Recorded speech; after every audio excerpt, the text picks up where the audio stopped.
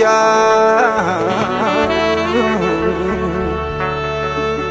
luba guddicha dhaloota baatee inni laabitu karra tokkicha karra tokkicha karra tokkicha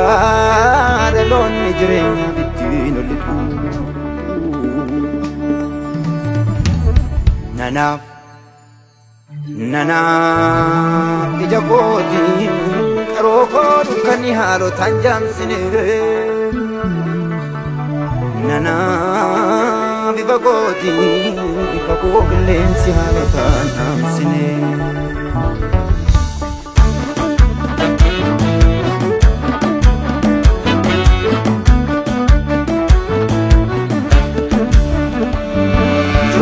manduma badate karani ofanno yabbate waaqayyo dhaaf namoota gidduu dhiiga ofiisaatiin dhaabate jaala koo jaalalaan leenjisu ba'aa koof gatiitti bal'ate itti tola yemmuun eebbisu jaalalaan banneen na jaallate jaalalaan banneen na jaallate jaalalaan banneen na jaallate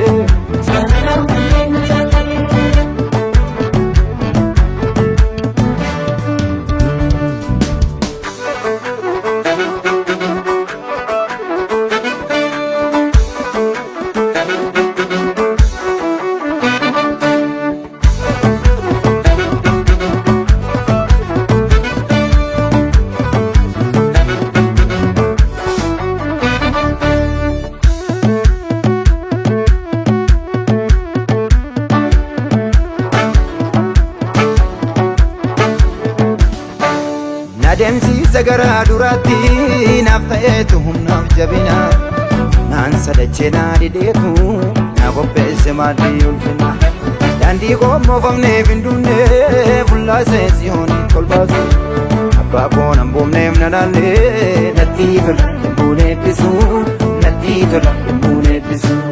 luba koo naa kennee lubboosa qulqulluu qullaanaan saalfannee Kolol kaasee maa dhugaasa na fayyisuuf ofii waaqanne jalloota bishaan mul'uwwata qulqulluu dhiiga isaan qulleessee lolayii jibbaata loleetu si olii farfiisaa bulleessee si olii farfiisaa bulleessee.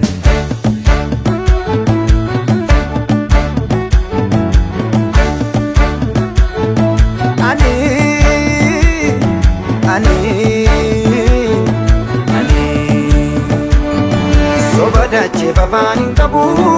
egeree koo wabiinaan ta'u abidda isa guyyaa firdirraa sambaa ta'ee hafuun danda'u olookaa jedhu taattu isu abarkaan qabu qoodaan kuni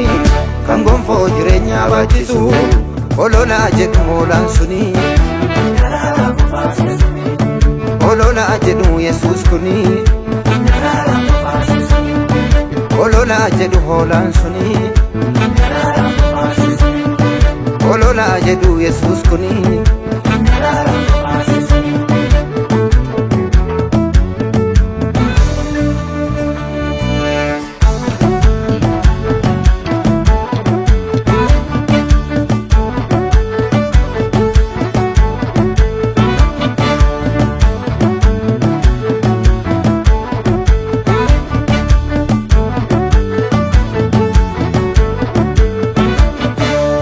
Bisi galata kooti baay'isee yesuusiif nuree nan eebbisa guddaa maqaasa sanaaf oolaan of gorra'e naaf lolee nu warqaana fuudhee ganameeffatee naa birmate naaf oolee waan ani meenfinne galgalaa gonfoo hiitate. Bisi galata kooti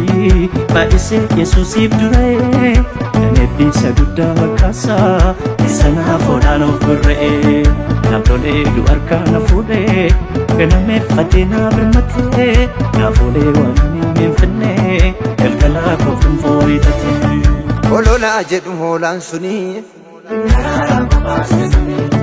ololaa jedhu yesuus kuni ololaa jedhu hoolaan suni